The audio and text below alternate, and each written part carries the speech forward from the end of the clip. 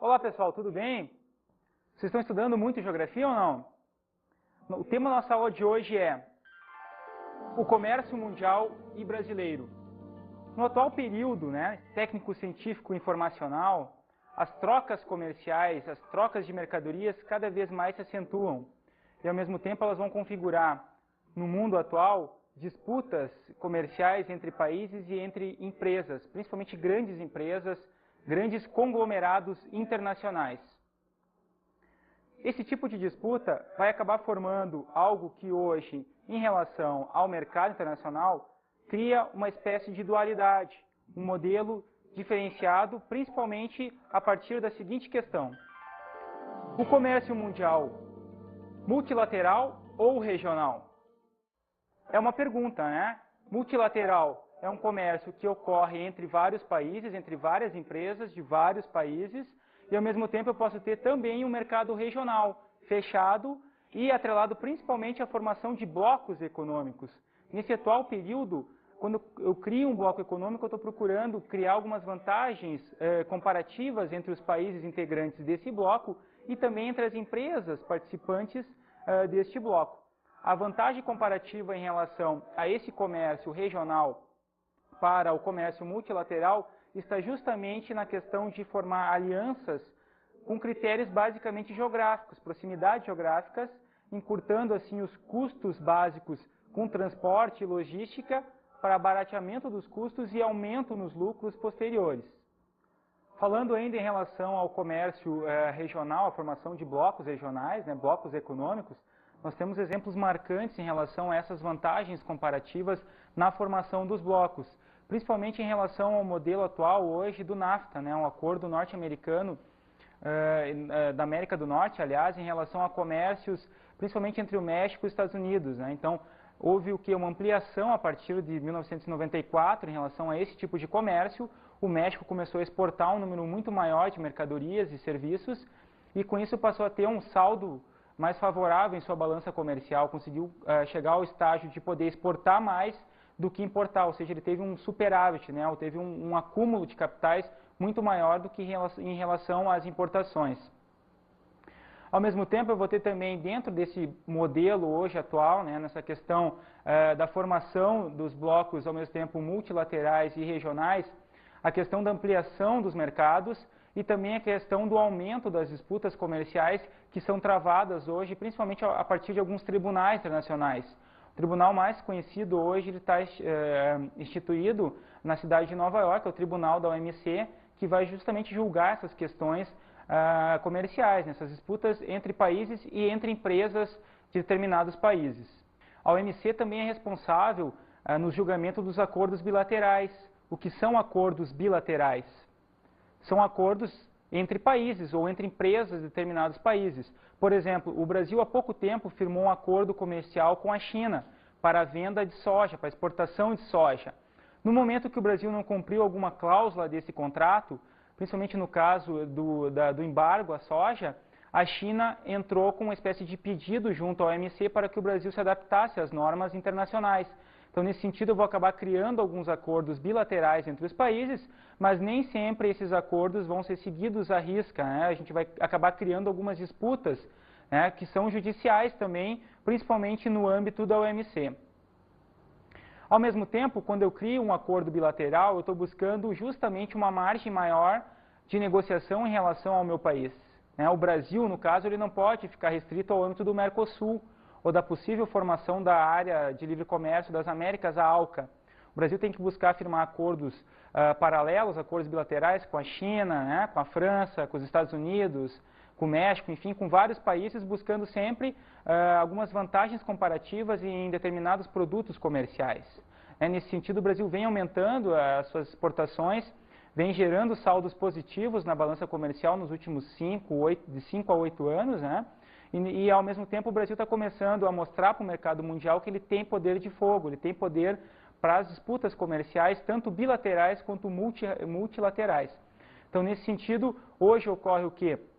Uma busca incessante por mercados, atrelados principalmente à questão desse período técnico-científico informacional, as inovações tecnológicas, tanto na agricultura quanto na indústria e no comércio, em geral, né, no setor terciário da economia, visando basicamente aumentar os lucros do país e das empresas na geração, ao mesmo tempo, de empregos e de impostos que fazem com que o país torne-se, talvez, no futuro, desenvolvido, ou que os países tornem-se, no futuro, desenvolvidos.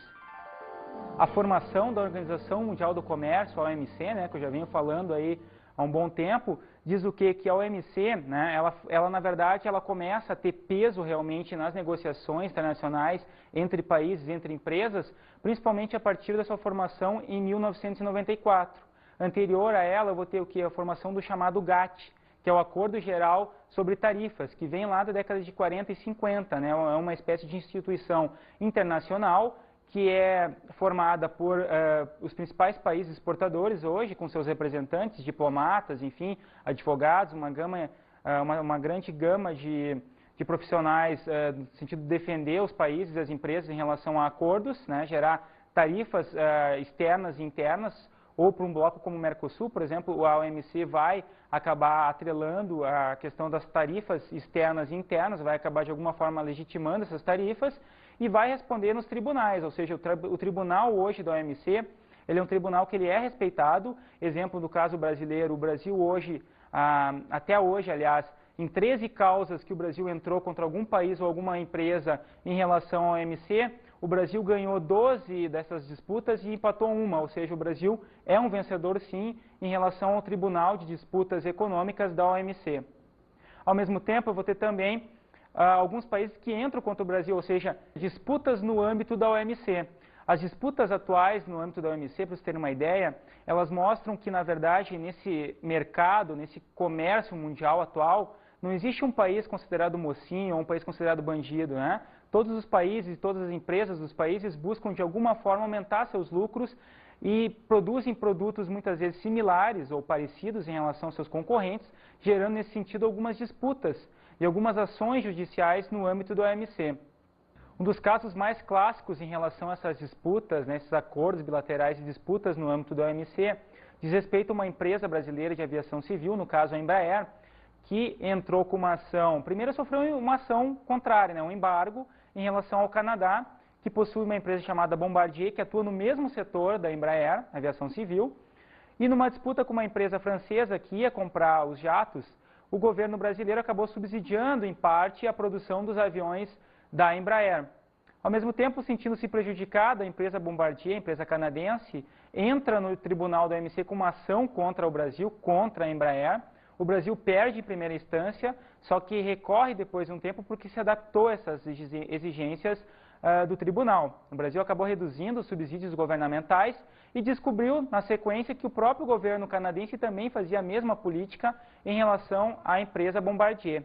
E aí, nesse sentido, o Brasil vai entrar com uma ação também contra essa empresa no tribunal da OMC e acaba levando a melhor no segundo round, né? A gente teve um empate técnico, digamos assim, é nesse sentido que o Brasil consegue um empate e 2 vitórias em relação a esse tribunal que julga as causas econômicas no âmbito da Organização Mundial do Comércio, OMC. Ao mesmo tempo, eu vou ter neste comércio hoje, esse comércio que pode ser mundial, mas também é regional, a formação dos chamados blocos econômicos, né, os blocos regionais, em relação a novos mercados. Nesse sentido, eu vou ter hoje a formação de um grande bloco, pelo menos em relação ao hemisfério sul, no caso a América Latina ou alguns países integrantes da América Latina, chamado Mercosul, o Mercado Comum do Sul, que é um bloco que vai ter aí essa formação no início da década de 90, integrando inicialmente 4 países, né, o Brasil, Argentina, Paraguai e Uruguai, visando basicamente aumentar os laços comerciais, as trocas comerciais entre seus membros e também buscando uma ampliação maior das trocas culturais, ou seja, buscar daqui a pouco fazer com que esses 4 países, essas 4 nações tenham um maior aprofundamento em relação às questões educacionais, às questões em relação à cultura como um todo, né, a cultura no geral. Só que a gente vai ver que, em relação ao Mercosul, alguns critérios hoje não são mais levados em consideração, né? Então, a boa parte dos economistas que analisam a questão deste tipo de bloco afirmam que o Mercosul é hoje um bloco em crise, é um mercado em crise a partir de algumas disputas que surgiram não só em relação à questão econômica, mas também em relação às lideranças políticas do bloco, né? Existe uma disputa muito grande, principalmente entre a Argentina e o Brasil, para o estabelecimento de uma única liderança do bloco, o único país que vai liderar os demais e vai acabar ditando as regras para o futuro deste bloco. Sendo assim, o Mercosul, na atualidade, possui algumas disputas internas entre principalmente o Brasil e a Argentina, fator que o que vai acabar acarretando? Vai acabar acarretando justamente uma ampliação dessa crise a partir de alguns embargos, sendo que tanto o Brasil quanto a Argentina dependem muito tanto das exportações, ou seja, o Brasil exporta muito para a Argentina e também importa muito, e a mesma coisa ocorre com a Argentina. Então, no momento que uma nação passa por uma crise, no caso a Argentina, ela vai acabar criando alguns embargos para tentar, digamos que, reaquecer a sua economia, reaquecer a sua indústria, cria embargos, cria empecilhos jurídicos e tarifários em relação a produtos brasileiros e aumenta ainda mais a crise no bloco, chegando a forçar mais ou menos uma diplomacia, né? A diplomacia brasileira tem que entrar em cena, assim como a diplomacia argentina. E, no final das contas, a gente não consegue ainda ter, não conseguiu ter ainda uma solução para essas disputas, esses embargos que ocorrem tanto do lado brasileiro quanto do lado argentino. E justamente nesse sentido que a gente diz que hoje o Mercosul está em crise e é um bloco que ainda praticamente não saiu do papel. A gente não tem ainda uma integração efetiva, tanto em termos comerciais quanto culturais. Não existe ainda ampliação do bloco para a livre circulação de pessoas, uma comparação com a União Europeia, por exemplo, que já permite a livre circulação de pessoas entre países, por exemplo, da Itália para um país como a França, por exemplo. No caso do Mercosul, isso ainda não é uma realidade, não é algo palpável, está ainda no papel. Isso vem desde o início da década de 90, está no projeto inicial do bloco, mas no final das contas, o que a gente vai ter realmente na atualidade em relação ao Mercosul são algumas trocas comerciais, trocas essas ainda muito conflituosas, principalmente a partir dessas disputas por liderança dentro do bloco. Outro bloco importante nessa questão do comércio mundial hoje é o NAFTA, né?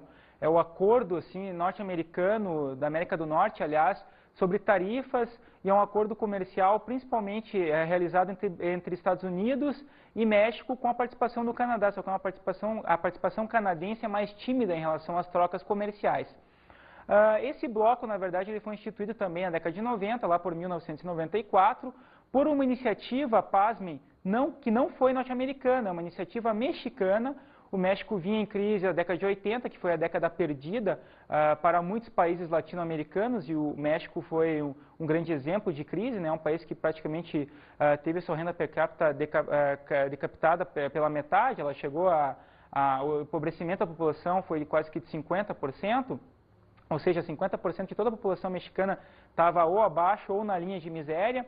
Então, a partir disso, o governo mexicano propõe para os Estados Unidos, principalmente, a criação de um bloco, de uma área de trocas comerciais, ou seja, uma espécie de área de livre comércio, onde as trocas comerciais foram acentuadas a partir da redução de impostos. Nesse sentido, eu vou ter o que em relação ao NAFTA? Principalmente um favorecimento em relação às empresas norte-americanas, as grandes empresas multinacionais norte-americanas que têm hoje fábricas espalhadas pelo mundo todo.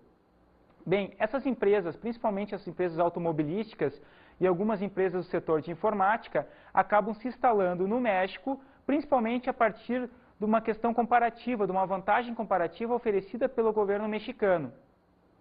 Que tipo de vantagem comparativa ou que tipos de vantagens comparativas são essas? Principalmente a questão da isenção de impostos, preconizada pelo governo mexicano, ou seja, algumas empresas norte-americanas vão poder ficar 30 anos sem pagar impostos, a mão de obra que é extremamente barata e nem tanto qualificada, nem tão qualificada, mas ainda assim no custo-benefício ainda é válido. Os recursos naturais mexicanos são muito mais abundantes do que os recursos naturais norte-americanos, que já são escassos, né, desde a segunda revolução, lá por 1830, 1840, então estão ficando escasseados, e nesse sentido a criação do NAFTA favoreceu principalmente as empresas norte-americanas, empresas de diversos setores que são consideradas no México como maquiladoras, né? São empresas que produzem no México, mas boa parte da produção não fica atrelada ao território mexicano, ela não é distribuída no México, e sim ela retorna para o país de origem da empresa, no caso dos Estados Unidos, justamente para tentar fazer o quê? Pagar um salário muito mais baixo do que o salário pago dentro do território norte-americano. Um bloco que foge um pouco da questão geográfica é a APEC. Associação Ásia-Pacífico. É um bloco que respeita apenas a questão do oceano, né? O Oceano Pacífico, já diz o nome do bloco, onde os países que têm a questão do Oceano Pacífico, a questão das suas fronteiras estabelecidas a partir do Oceano Pacífico, buscam acentuar suas trocas comerciais, principalmente em função do transporte marítimo, né? Alguns países integrantes desse bloco, para vocês terem uma ideia, são países importantíssimos no comércio mundial hoje. Exemplo, Estados Unidos e Japão, né? As duas maiores economias do mundo na atualidade. Mas ainda assim, falando um pouco mais sobre a PEC, o que nós temos que realmente pensar é que países levam vantagem nesse tipo de bloco. Principalmente os Estados Unidos, é o grande vencedor na formação de blocos, tanto de caráter bilateral quanto de caráter multirregional, Os Estados Unidos, para vocês terem uma ideia, ele amplia a cada ano a sua participação no comércio mundial. Ele detém hoje mais ou menos 30% de todo o mercado mundial. Todo tipo de mercadoria que circula no mundo, no mínimo 30% hoje está atrelado à produção norte-americana, que, claro, não está especificamente definida a partir do seu território. Existem muitas empresas norte-americanas que não têm mais sede nos Estados Unidos, não têm mais as principais fábricas, elas estão fora, justamente buscando esses critérios de mão de obra barata, recursos naturais abundantes, sindicatos fragilizados e subsídios governamentais de outros países que não dos Estados Unidos. Mas ainda assim a gente vai ter alguns países que, digamos que acabam catando as migalhas do sistema, né, nessas trocas comerciais. Um grande exemplo nesse sentido é do Chile. O Chile é um país que desde a década de 80, né, ele vem tendo um crescimento da renda da população a partir dessas exportações, principalmente a partir da PEC. E para você ter uma ideia do fator positivo desse comércio, o Chile nos últimos 20 anos conseguiu reduzir os seus índices de pobreza na população, que era no início da década de 80 de 50%, ou seja, 50% da população era considerada pobre, e esse índice foi reduzido para a atualidade na ordem de 20%, ou seja, hoje nós temos apenas 20% de pobres. Isso já é um fator significativo em relação ao comércio mundial, ao comércio, no caso, no âmbito da APEC. Ao mesmo tempo, alguns países perdem em relação a isso, principalmente na questão do trabalho.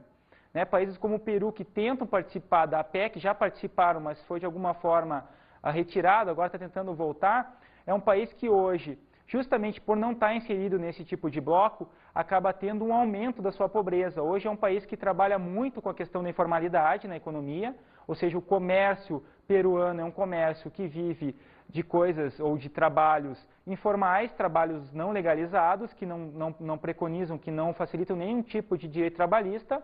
A população vive em cidades como, por exemplo, na cidade de Lima, de uma forma extremamente precária, vivendo em periferias, em favelas, enfim, ao mesmo tempo que países como o Chile, no caso, têm um ganho em relação à PEC, outros países como o Peru, que já participaram desse bloco, sofrem as consequências justamente da sua não participação, ou pelo menos de ter deixado de participar desse tipo de bloco, no caso, a Associação Ásia-Pacífico. Outro importante bloco nessa questão comercial hoje, que não engloba apenas a questão comercial e sim a questão cultural também, é a União Europeia, né?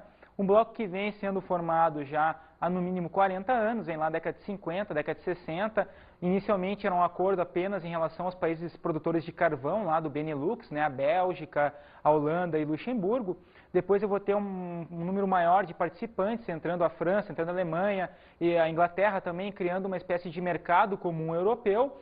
E na sequência eu vou ter justamente uma ampliação, né? As disputas vão ocorrendo, ao mesmo tempo eu vou ter alguns acordos que vão facilitando a formação desse megabloco. E eu vou ter o ápice, digamos assim, da União Europeia, principalmente no final da década de 90 e início do século XXI já, com a instauração do megabloco europeu. Hoje, atualmente, estamos aí com 25 países integrantes, né, com um acordo hoje que já engloba aí mais de 400 milhões de pessoas no consumo. Eu tenho uma ampliação das exportações do bloco em relação a outros blocos. E eu tenho também uma questão muito forte, principalmente em relação a novos integrantes, a novos países que podem integrar este bloco. Exemplo desses novos países que querem integrar a União Europeia são as ex-repúblicas soviéticas, né? Países como a Hungria, países como a Polônia, que entraram recentemente, e alguns países que ainda querem entrar, no caso a Romênia e Bulgária.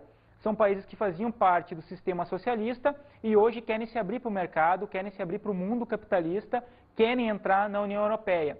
A União Europeia, obviamente, para aceitar esses novos membros, acaba exigindo uma série de normas técnicas.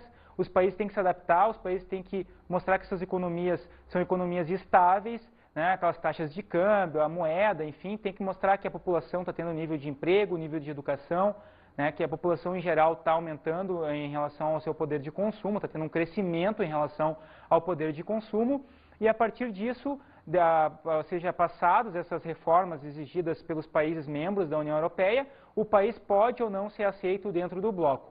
Mas, no final das contas, o que a União Europeia quer realmente é ampliar os seus mercados, ou seja, no momento que eu incluo um país como a Polônia, eu sei que daqui a pouco 30, 40 milhões de pessoas que vivem na Polônia ou que são poloneses, mas vivem em alguns outros países da União Europeia, passam a consumir mais, passam a ter um poder de renda maior e ainda assim vão poder ter o quê? Vão poder ter uma circulação dentro do bloco, consumindo cada vez mais, principalmente a partir do turismo e gerando uma renda maior em termos comerciais dentro do bloco.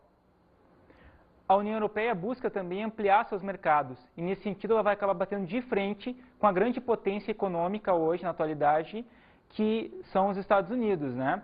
Os Estados Unidos tentam criar, aliás, um mega bloco chamado ALCA, e a União Europeia, sabendo disso, tenta ampliar a sua participação em termos comerciais na criação de um acordo bilateral, principalmente em relação ao Mercosul. A União Europeia está tentando aí já há no mínimo 4 anos negociar a formação de um grande acordo bilateral entre a União Europeia e o Mercosul. Um dos entraves principais nesse sentido para não instituir esse acordo diz respeito à questão dos subsídios agrícolas, né? Uma coisa que o Brasil bate muito em relação a isso, porque o Brasil é um país que, por mais que dê algumas ajudas de custo para o seu agricultor, ainda assim não chega a fazer o que a União Europeia faz em relação ao seu pequeno e médio agricultor. Por exemplo, na França hoje, alguns agricultores chegam a ficar em casa, ou seja, não precisa trabalhar em épocas de grandes safras, de super safras, né? Porque se eu acabo tendo super safras seguidas, o preço da mercadoria acaba caindo, justamente pela lei da oferta e da procura, né? A oferta é muito grande e a procura não é tão grande, não acompanha a oferta. Então, nesse sentido, a União Europeia não abriu mão dos subsídios, e enquanto não abrir mão desses subsídios, eu acho muito difícil a questão da instituição desse acordo bilateral, que serve basicamente para barrar as iniciativas norte-americanas em relação ao Mercosul e em relação à formação da área de livre comércio das Américas, a chamada ALCA. E o comércio brasileiro, como fica nessa situação hoje? O comércio brasileiro tem algumas implicações, tanto internas quanto externas, em relação à produção das mercadorias, à distribuição dessas mercadorias e os impactos decorrentes justamente dessa produção em larga escala, desses produtos que se destinam não só ao mercado interno, à produção interna, mas também na busca de novos mercados externos. Mas e como se dá a distribuição interna e externa dessas mercadorias no Brasil? Essa é uma distribuição que hoje respeita basicamente as vantagens comparativas, tanto em relação aos países que eu vou exportar meu produto, ou seja, os critérios externos de exportação, os critérios de exportação, aliás, e, ao mesmo tempo, os critérios internos, as vantagens comparativas entre os estados e entre as regiões produtoras, né? Eu vou acabar buscando a instalação de uma empresa ou a ampliação dessa empresa, a ampliação das mercadorias produzidas por essa empresa, basicamente vislumbrando, buscando um número maior de vantagens comparativas, principalmente em relação à mão de obra, em relação aos recursos naturais, em relação aos subsídios governamentais, subsídios estatais, né? Em relação às grandes empresas, né? As grandes empresas não só de caráter nacional, que hoje são cada vez mais restritas em relação ao mercado brasileiro, ao comércio brasileiro, e as grandes empresas multinacionais que estão hoje dominando quase todo o mercado brasileiro e se concentrando em algumas regiões. Nesse sentido, as principais regiões produtoras de mercadorias acabam se concentrando por uma questão histórica, obviamente, principalmente no eixo centro-sul do país, né? Principalmente na região sudeste. A região sudeste, justamente naqueles critérios históricos, né, que vem lá do auge do período do café, né, a economia cafeeira na cidade de São Paulo e arredores, aquele capital todo que vem sendo distribuído a partir do café, o café entra em crise, os grandes cafeicultores da cidade de São Paulo e do estado de São Paulo como um todo acabam resolvendo distribuir parte desse capital ou destinar parte desse capital oriundo do café em crise para as indústrias iniciais, né, principalmente alimentícias e têxteis, e aí esse grande capital acaba dando certo, os investimentos acabam ocorrendo de uma maneira eficaz, a ampliação das áreas industriais, na sequência, o Estado de São Paulo se tornando forte, eu vou ter na sequência o Estado auxiliando essa implementação da indústria, ou seja, vamos substituir as importações, vamos deixar de depender tanto de países como a Inglaterra, como os Estados Unidos, como a Alemanha, e vamos começar a produzir internamente tudo o que a gente precisa.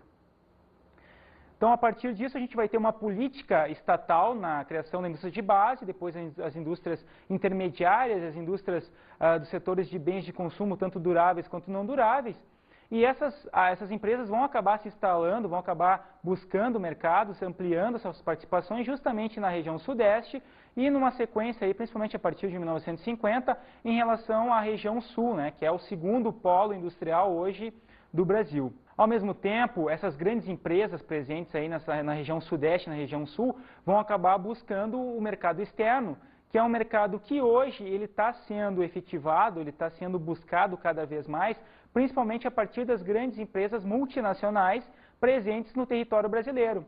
São empresas do setor automobilístico, são empresas do setor agropecuário, são empresas que trabalham com a indústria têxtil, que buscam mercados externos, principalmente o mercado europeu e norte-americano, que são os maiores compradores dos produtos brasileiros na atualidade.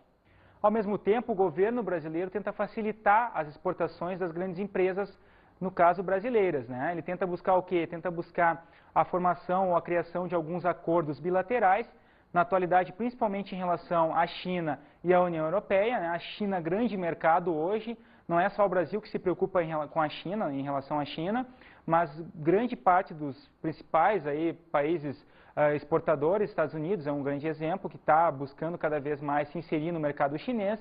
É um mercado, para você ter uma ideia, hoje potencial de mais ou menos 600 milhões de consumidores. Então, imagine o impacto do Brasil lançando aí, quem sabe, seus produtos, né, genuinamente nacionais, exemplo da cachaça, né, imagine o Brasil colocando a cachaça, né, a nossa cachaça dentro do mercado chinês, né? Isso já vai ter um impacto muito grande em termos de exportação, mas o que prevalece hoje em relação à China são as grandes multinacionais, principalmente com capital norte-americano no Brasil, que a partir da produção no Brasil buscam exportar os nossos produtos, ou seus produtos no caso, para o mercado chinês, que é um grande mercado potencial. Ao mesmo tempo, em relação à União Europeia, também as empresas procuram ampliar esse mercado justamente porque a União Europeia é um bloco, digamos, mais homogêneo, é um bloco mais homogêneo na atualidade, principalmente em relação ao critério renda, né? Ele acaba englobando uma série de países com alto poder de renda, a população desses países tem como consumir e gosta de consumir coisas exóticas ou coisas externas ao bloco. Exemplo clássico na questão do suco de laranja brasileiro. Os europeus gostam das frutas tropicais e aí dá margem para o Brasil entrar nesse mercado, expandir esse mercado e conseguir lucros maiores para as empresas nacionais em relação à União Europeia. À medida que o Brasil amplia seus mercados, ele vai acabar também criando uma espécie de mal-estar em relação aos seus concorrentes ou aos países aos quais ele acaba exportando, né? Em relação aos países que ele acaba exportando. Nesse sentido, eu vou ter hoje também uma espécie de embargo em relação aos produtos brasileiros. Esse embargo se dá principalmente hoje em relação a alguns blocos nos quais, inclusive, o Brasil faz parte, né? Principalmente em relação ao Mercosul, e aí a gente pode dizer nesse sentido que o Mercosul hoje está em crise. Por que o Mercosul está em crise? O Brasil e a Argentina são os dois grandes integrantes, né? Em termos potenciais consumidores, em termos de produção industrial, são duas potências na América Latina em relação à produção industrial, são dois dos países mais industrializados na América Latina atualmente. E nesse sentido eu vou ter o quê? Uma troca acentuada em relação aos dois países, principalmente aí a partir da instituição do Mercosul, início da década de 90. Só que no momento que a gente tem uma crise na Argentina, no final da década de 90, a Argentina tem a sua indústria praticamente destruída, primeiro porque era uma indústria dependente de capitais externos, não existia quase indústria nacional mais na Argentina.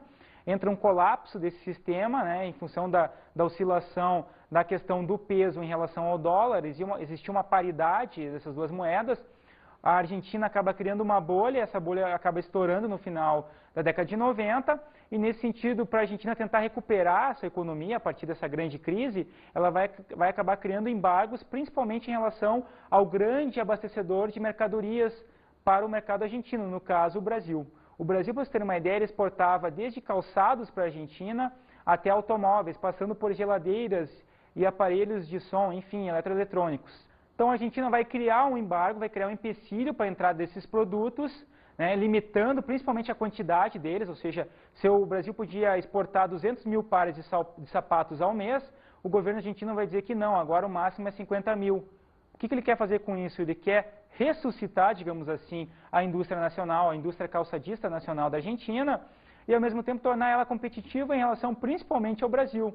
Então, assim, a gente vai ter o Mercosul em crise, é um problema sério porque o bloco não está estruturado ainda, não é um bloco homogêneo, justamente em função dessas disputas, e é uma coisa a ser pensada justamente para a gente entender e para a gente buscar realmente entender se o Mercosul vai ou não ser efetivamente um bloco coeso, um bloco homogêneo, um bloco que realmente busca a inserção dos 4 países membros e dos possíveis membros futuros, né? Os países que querem entrar, exemplo da Bolívia, exemplo do Peru, que estão tentando entrar no bloco já há algum tempo.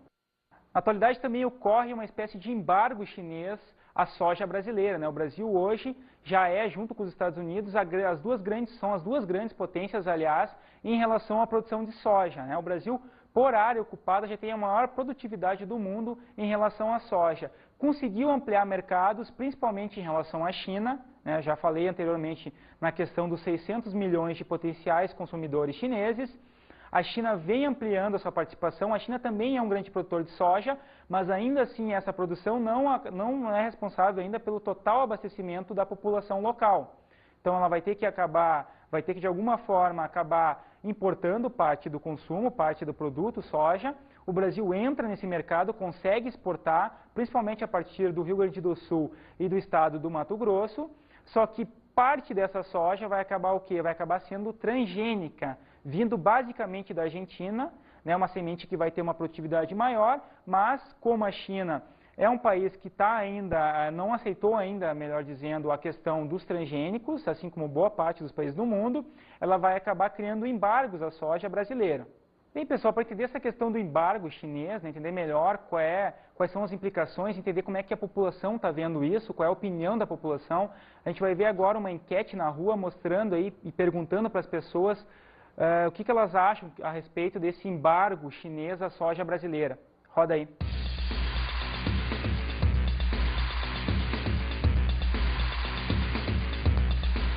Você acha justo o embargo chinês à soja brasileira? Eu acho que não é justo, não. Eu acho que tem o mercado chinês comporta, isso é um jogo comercial só. Acho que a nossa soja é de primeira qualidade.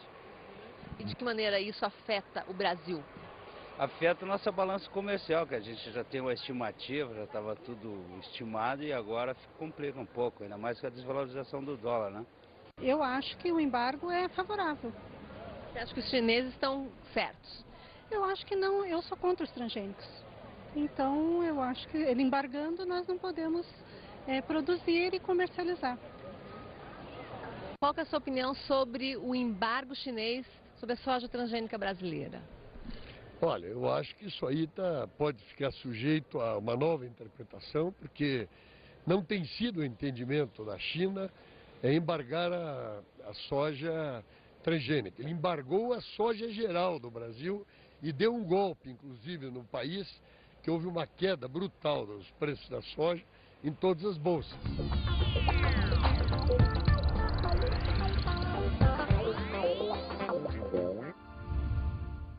Bem, pessoal, uma dica de estudo importante para vocês entenderem um pouquinho essa questão do comércio mundial na atualidade, o comércio brasileiro, é o livro A Desordem Mundial, os Novos Blocos de Poder e o Sentido da Crise, de autoria de Rogério Hasbart, impresso na revista Terra Livre de 1991.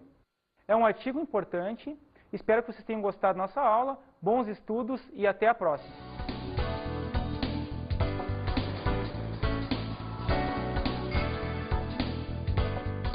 Na aula de hoje, estudamos o comércio mundial e brasileiro.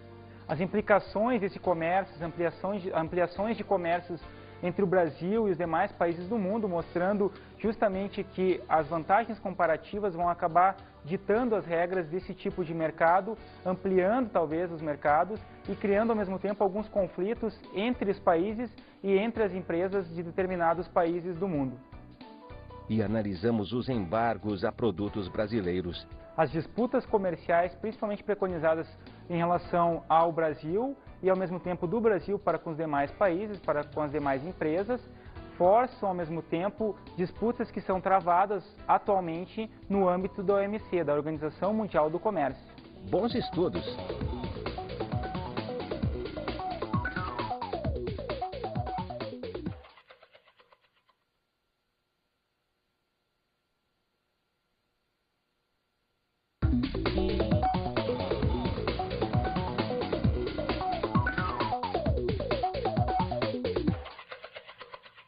Bem, professor, uma dica importante de estudo, assim, para trabalhar com seus alunos, é pegar alguns noticiários, algumas revistas, jornais aí da atualidade e mostrar justamente o que a mídia coloca em relação a esses acordos, essas disputas comerciais, quem são os grandes exportadores e quais são as implicações desse tipo de economia, desse tipo de troca comercial na atualidade. Espero que vocês tenham gostado da nossa aula, bons estudos e até a próxima. Principalmente grandes empresas, grandes conglomerados internacionais.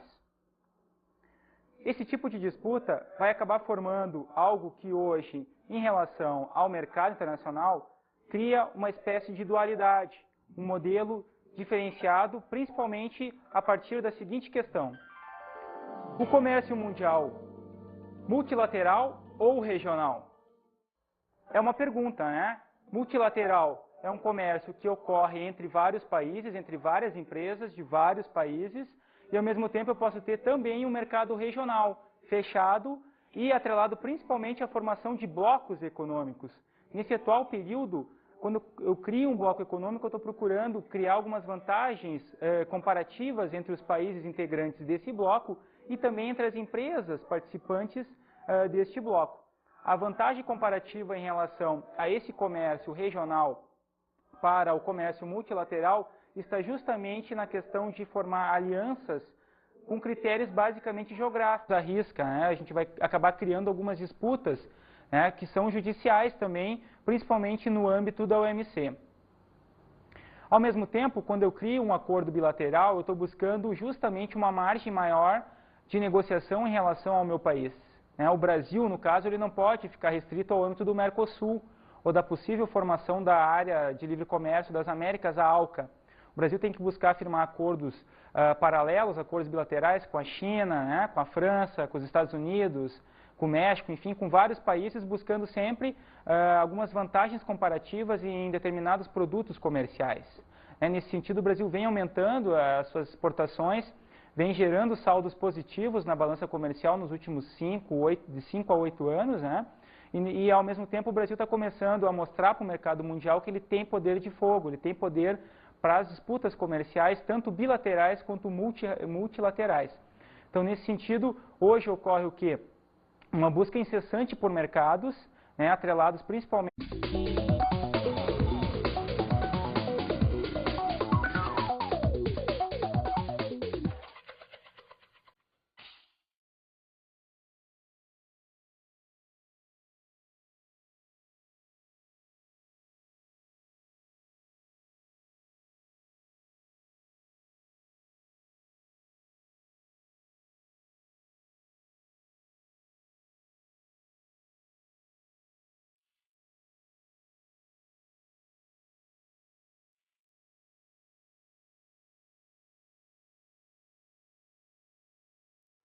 Olá pessoal, tudo bem? Vocês estão estudando muito geografia ou não? O tema da nossa aula de hoje é o comércio mundial e brasileiro. No atual período, né, técnico-científico informacional, as trocas comerciais, as trocas de mercadorias cada vez mais se acentuam. E ao mesmo tempo elas vão configurar, no mundo atual, disputas comerciais entre países e entre empresas. Blocos, ao mesmo tempo, multilaterais e regionais, a questão da ampliação dos mercados e também a questão do aumento das disputas comerciais que são travadas hoje, principalmente a partir de alguns tribunais internacionais. O tribunal mais conhecido hoje está instituído na cidade de Nova York, é o tribunal da OMC, que vai justamente julgar essas questões comerciais, essas disputas entre países e entre empresas de determinados países. A OMC também é responsável no julgamento dos acordos bilaterais. O que são acordos bilaterais? São acordos entre países ou entre empresas de determinados países. Por exemplo, o Brasil há pouco tempo firmou um acordo comercial com a China para a venda de soja, para a exportação de soja. No momento que o Brasil não cumpriu alguma cláusula desse contrato, principalmente no caso do embargo à soja, a China entrou com uma espécie de pedido junto ao OMC para que o Brasil se adaptasse às normas internacionais. Então, nesse sentido, eu vou acabar criando alguns acordos bilaterais entre os países, mas nem sempre esses acordos vão ser seguidos por proximidades geográficas, encurtando assim os custos básicos com transporte e logística para barateamento dos custos e aumento nos lucros posteriores. Falando ainda em relação ao comércio regional, a formação de blocos regionais, blocos econômicos, nós temos exemplos marcantes em relação a essas vantagens comparativas na formação dos blocos, principalmente em relação ao modelo atual hoje do NAFTA, um acordo norte-americano, da América do Norte, aliás, em relação a comércios, principalmente entre o México e os Estados Unidos. Então, houve uma ampliação a partir de 1994 em relação a esse tipo de comércio. O México começou a exportar um número muito maior de mercadorias e serviços e com isso passou a ter um saldo mais favorável em sua balança comercial, conseguiu chegar ao estágio de poder exportar mais do que importar, ou seja, ele teve um superávit, ou teve um acúmulo de capitais muito maior do que em relação às importações. Ao mesmo tempo, eu vou ter também, dentro desse modelo hoje atual, nessa questão da formação dos